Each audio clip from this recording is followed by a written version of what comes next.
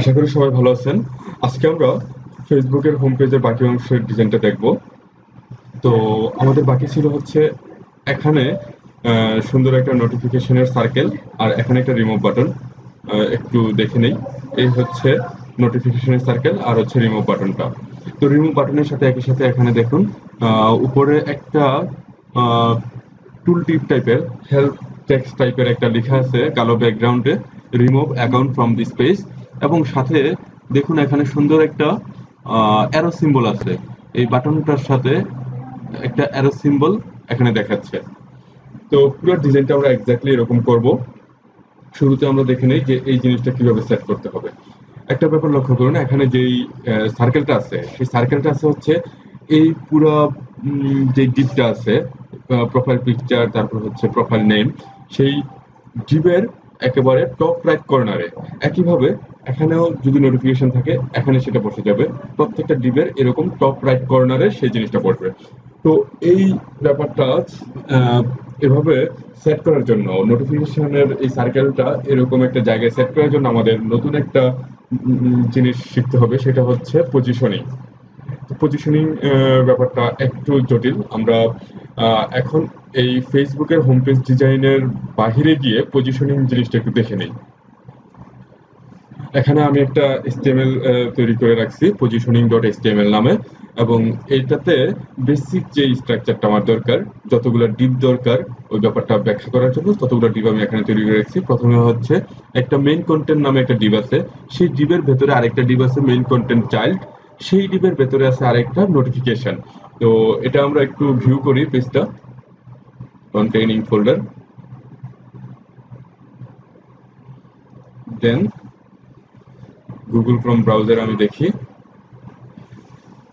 এখানে তেমন কিছু দেখাচ্ছে না, কারণ আমার একটা স্টাইলিং দরকার। তো আমি স্টাইলিংটাও লিখে রাখছি এখানে, যে প্রত্যেকটা ডিপের জন্য একটা ব্যাকগ্রাউন্ড হবে, তারপর হচ্ছে হাইড উইডথ সেট করা থাকবে।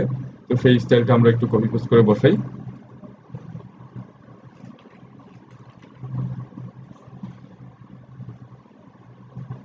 স্টাইল ট্যাগের ভেতরে হচ্ছে আমার সেটা থাকবে। এখানে স্টাইল ট্যাগটা হারাই গেছে, দেখি। স্টাইল, এই স্টাইল ট্যাগের ভেতরে হচ্ছে আমার এই স্টাইলটা থাকবে, কন্ট্রোল এস। ওকে, এখন আমরা এটা সেট করি, কন্ট্রোল এস। দেন এখানে দেখি, এইটা এই হচ্ছে আমার নোটিফিকেশন নামে যে একটা ডিপ ছিল সেই ডিপটা। আমরা এখানে একটা সিএসএস একটু ব্যাখ্যা করি। নোটিফিকেশনে আমার এই যে ডিপটা পুরো সার্কেলের মতো হয়ে গেল, সেটা আমরা কিভাবে করছি, সেই জিনিসটা ছিল এরকম হাইড উইথ ব্যাকগ্রাউন্ড। এগুলো তো আমরা প্রিভিয়াস যেই এপিসোডগুলো ছিল ওইখানে খুব সুন্দরভাবে ব্যাখ্যা করেছি।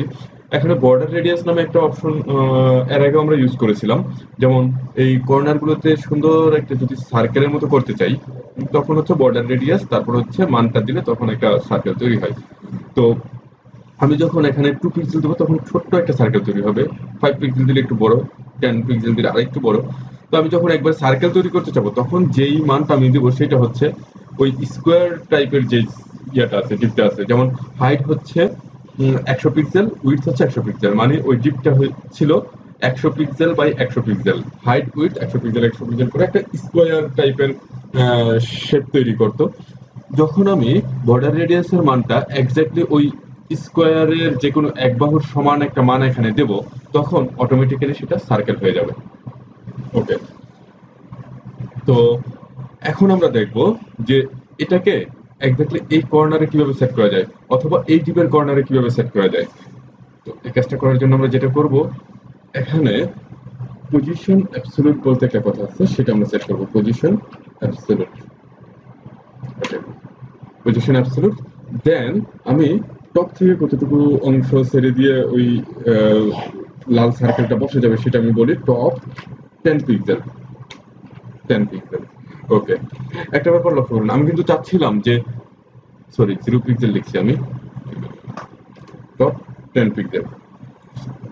আমি চাচ্ছিলাম যে এই সার্কেলটা এখান থেকে 10 পিক্সেল ছেড়ে দিয়ে তারপরে বসে যাবে, মানে এই গ্রিন ব্যাকগ্রাউন্ডের অবজেক্টের ভেতরে এটা বসবে, কিন্তু এটা এখানে চলে গেছে।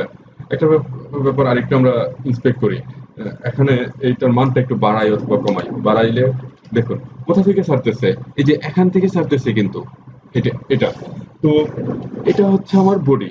আমরা বডিটাকে একটু হাইলাইট করার জন্য বডির কালারটা দিই, যে বডি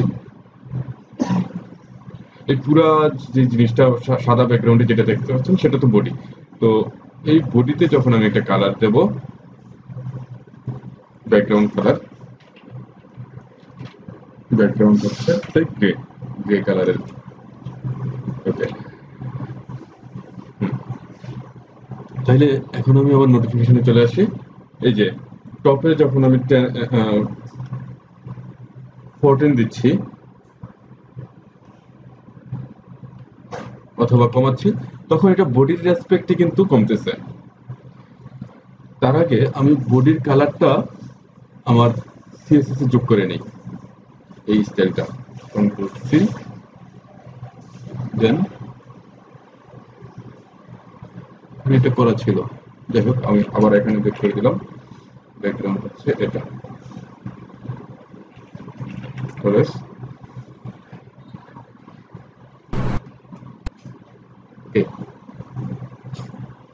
তো আমি চাচ্ছিলাম যে এটার রেসপেক্টে 10 পিক্সেল ছেড়ে দিয়ে এটার ভেতরে বসবে।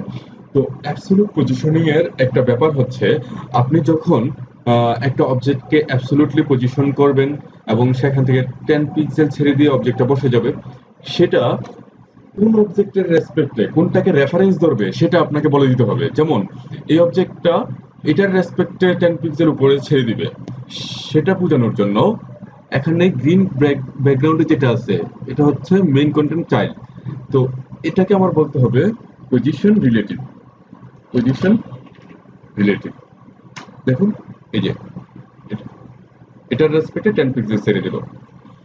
ওকে, এখন আমি আরেকটা ব্যাপার দেখবো, আমি মেইন কন্টেন্টকেও পজিশন রিলেটিভ বলবো, পজিশন রিলেটিভ।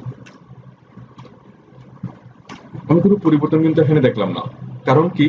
কারণ হচ্ছে আমি যেই অবজেক্টটাকে অ্যাবসলিউটলি পজিশন করতে যাচ্ছি, সেই অবজেক্টটা প্রথমে তার নিকটস্থ প্যারেন্ট ডিপকে খোঁজ করবে যে হ্যাঁ আমার একেবারে কাছাকাছি কোনো প্যারেন্ট ডিপের কি পজিশন রিলেটিভ দেওয়া আছে।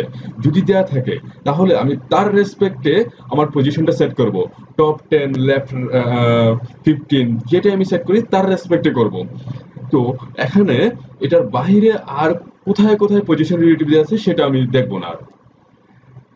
যেমন আমি যদি এটাকে পজিশন রিলেটিভ এটাতে উঠাই দেই, এটা থেকে যখন উঠাই দেবো তখন মেইন কন্টেন্টকে সে ধরবে।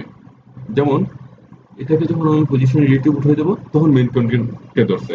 এই জিনিসটা ঠিক বোঝা যাচ্ছে না, কারণ হচ্ছে উপরে আমার মেইন কন্টেন্টটা যেখান থেকে শুরু, এই গ্রিন ব্যাকগ্রাউন্ডের কন্টেন্টটাও সেখান থেকে শুরু। তো এই জিনিসটা বোঝার জন্য আমি যে কাজটা করব, এখানে নোটিফিকেশন যেটা আছে এটা আমি বটমে সেট করব, মানে বটম 10,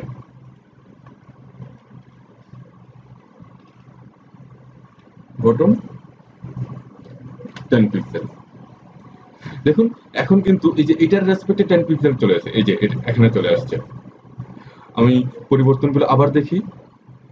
চাইল্ড যখন পজিশন রিলেটিভ থাকবে, এটাতে যখন পজিশন রিলেটিভ থাকবে তখন একেবারে নিকটস্থ পজিশন রিলেটিভটাকে সে প্রায়োরিটি দিয়ে এই যে এটার থেকে 10 পিক্সেল বটমে চলে যাবে, এই যে এখানে। আবার এটা যখন উঠে দেবো তখন হচ্ছে এই মেইন কন্টেন্টের রেসপেক্টে সেটা কাউন্ট করা শুরু করবে।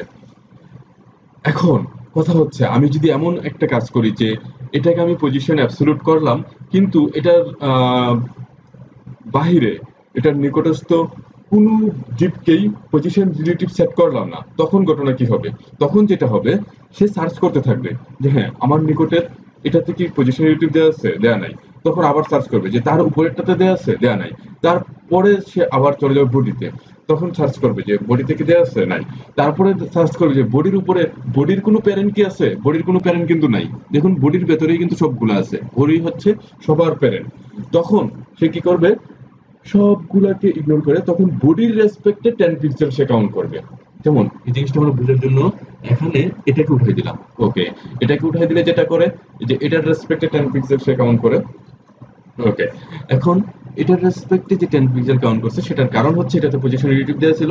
আমি যখন এটাতেও পজিশন রিলেটিভ উঠাই দেবো তখন হচ্ছে পুরো বডির রেসপেক্টে 10 পিক্সেল কাউন্ট করবে। এই যে পুরো বডির রেসপেক্টে 10 পিক্সেল কাউন্ট করছে। আমরা এখানে এটা এরকম দেখতে পাচ্ছি কারণ হচ্ছে আমাদের এই যে ওয়েব টুলটা এখানে ওপেন আছে, এটা ক্রস করে দিলে আমরা সেই পরিবর্তন দেখব। এই যে পুরো বডির রেসপেক্টে কিন্তু 10 পিক্সেল চলে আসলো। এই যে এই হচ্ছে যে ব্যাকগ্রাউন্ডের বডি থেকে এই 10 পিক্সেল। তো আমরা পজিশন অ্যাবসলিউটের যেই মজার কিছু তথ্য সেগুলো জেনে নিলাম। আমি পুরো জিনিসটা আরেকবার একটু সংক্ষেপে রিপিট করি। যেই অবজেক্টটাকে আপনি পজিশন রিলেটিভ করতে যাচ্ছেন, সরি পজিশন অ্যাবসলিউট করতে যাচ্ছেন, সেটার মধ্যে আপনি লিখবেন পজিশন অ্যাবসলিউট। যে এটার সিএসএস এ পজিশন অ্যাবসলিউট। দেন এটা কার রেসপেক্টে ক্যালকুলেশনটা করবে, টপ 10 লেফট 20 আপনি যেটা সেট করছেন কার রেসপেক্টে করবে, যার রেসপেক্টে করাইতে চাচ্ছেন সেটার ভেতরে আপনি সেট করবেন পজিশন রিলেটিভ। ওকে, এখন এই সার্কেলটাকে আমরা এই গ্রিন ব্যাকগ্রাউন্ডের এই কর্নারে সেট করব পজিশন রিলেটিভ। যখন আমি এটা সেট করবো তখন যেটার রেসপেক্টে, এবং নোটিফিকেশন যেটা আছে সেটা বটম 0 দেই, বটম 0 এবং রাইট 0 পিক্সেল। ওকে, এটা এখানে পরে থাকবে। বললাম যে আমরা পজিশন রিলেটিভটা একটু ব্যাখ্যা করব। তো পজিশন রিলেটিভ কোনটা, যে কোনো একটা ডিপ নিয়ে আমরা আলোচনা করি। যেমন এই যে এটা হচ্ছে পজিশন রিলেটিভ দেওয়া আছে। পজিশন রিলেটিভ এই কথাটার সাথে একটা কথা অনেক বেশি সিগনিফাই করে। পজিশন রিলেটিভ কি? Position relative means relative to itself. মনে করুন আমি এই গ্রিন ব্যাকগ্রাউন্ডের যে ডিপটা আছে সেই ডিপের ভেতরে পজিশন রিলেটিভ লিখলাম। এই পজিশন রিলেটিভ ডিফাইন করতেছে এটা নিজের রেসপেক্টে পজিশনটা চেঞ্জ করবে। যেমন আমি যদি এখানে টপ 10 পিক্সেল দেই, টপ 10 পিক্সেল দেই, তাহলে সে কি করবে, এটা কোনো একটা কিছু রেফারেন্সে 10 পিক্সেল কাউন্ট করবে না, যে বডির রেফারেন্সে 10 পিক্সেল না, এই এটার প্যারেন্ট ডিবের রেফারেন্সে 10 পিক্সেল। ও যেখানে আছে সেখান থেকে উপর থেকে টপ 10 পিক্সেল ছেড়ে দিয়ে নিচে বসে যাবে। যেমন 10 পিক্সেল। ওকে, এই যে 10 পিক্সেল ছেড়ে দিল। আবার যদি লেফট 20 পিক্সেল দেই, লেফট 20 পিক্সেল দেই, তাহলে সে যেখানে আছে সেখান থেকে 20 পিক্সেল ছেড়ে দিন, লেফট সাইডে ছেড়ে দিয়ে রাইটে চলে যাবে। এই যে তার মানে position relative means relative to itself. যেই এলিমেন্টের উপর পজিশন রিলেটিভ অ্যাসাইন করা হইল সেই এলিমেন্টটি হবে ওইটার রেফারেন্স, ওইটার রেসপেক্টেই 10 পিক্সেল 20 পিক্সেল 100 পিক্সেল সরবে। ওকে, তাহলে পজিশনিং এর উপর আমাদের যেই চ্যালেঞ্জিং একটা এক্সপ্লেনেশন ছিল সেটা আমরা কভার করলাম। এখন আমরা দেখব আমাদের ওই আলোচনা থেকে কিভাবে এখানে সেই নোটিফিকেশনের বক্সটা সুন্দর করে পজিশনিং করে দেব।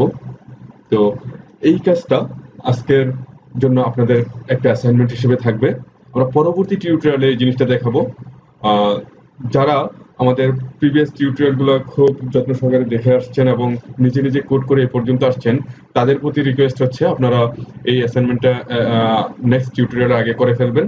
না করতে পারলে সমস্যা নেই, আমরা পরবর্তী সিরিজ টিউটোরিয়াল নিয়ে আসতেছি কিভাবে এখানে আমি ওই নোটিফিকেশনের সার্কেলটা অ্যাড করব। আজকে তাহলে এ পর্যন্তই। সবাই ভালো থাকবেন। Happy coding.